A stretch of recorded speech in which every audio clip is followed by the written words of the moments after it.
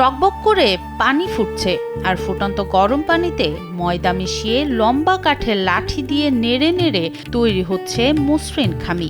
এরপর 4 জন কারিগর যখন লম্বা কাঠের হাতল ঘুরিয়ে প্রবল চাপ দেন, তখন ডাইসের নিচ দিয়ে ঝরঝর করে পড়তে থাকে সাদা সুতোর মতো চিকন সেমাই। ফুটন্ত পানি আর ময়দা, এরপরে খামিরগুলো মিক্স করি, এগুলো আমরা মেশিনে তৈরি করি, রোদে শুকাইতে হবে। রোদে শুকাই এটা তন্ডুলে লাল করি, তারপরে রোদে না শুকাই এটা সেমাই কোয়ালিটি ভালো হবে না, এটা পর্যাপ্ত হবে না। নিপুণ হাতে সেই সেমাই বাঁশের ডালায় গোল গোল চাক চাক করে সাজিয়ে নেওয়া হয়। এরপর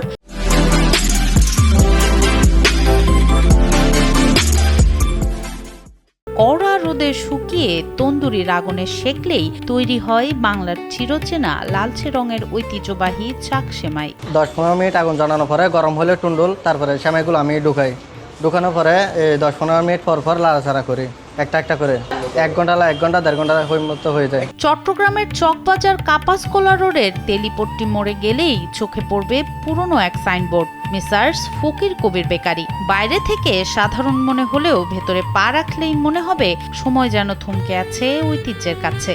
1936 সালে একটি ভাড়া ঘরে যাত্রা শুরু করায় প্রতিষ্ঠানটি আজ প্রায় 90 বছরের ইতিহাস বহন করছে। ছোটকাল থেকে খাচ্ছি, তখন থেকে এটা অনেক সুনাম এবং এটা খেতে অন্যান্য সেমাইয়ের থেকে একটু সুস্বাদু। এত বছর ধরে খাচ্ছি, কোনো ধরনের সমস্যা আমি পাইনি।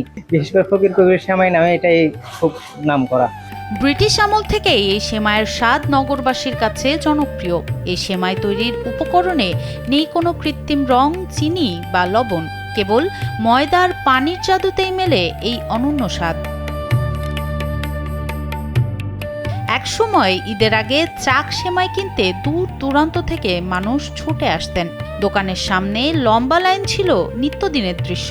সময় বদলালেও এখানকার কারিগররা আজও পুরনো নিয়ম আর নিষ্ঠা আঁকড়ে ধরে রেখেছেন। এটার মানটা খুব ভালো এবং খেতে মানে খুবই স্বাদ লাগে।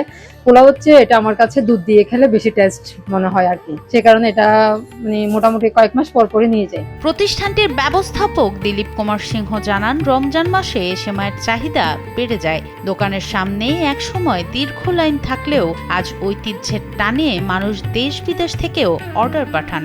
এটা তো আমরা 12 মাস তৈরি করে আছি, কিন্তু রমজান মাস আসলে চাহিদা বেড়ে যায়। এটা রমজান মাস আসলে আপনার ওই ইফতারির জন্য, ঈদের জন্য এইগুলা ওই আত্মীয় স্বজনের মেয়ের বাসা, শ্বশুর বাড়ির, এগুলো আত্মীয় স্বজনকে মানে দিয়ে থাকে।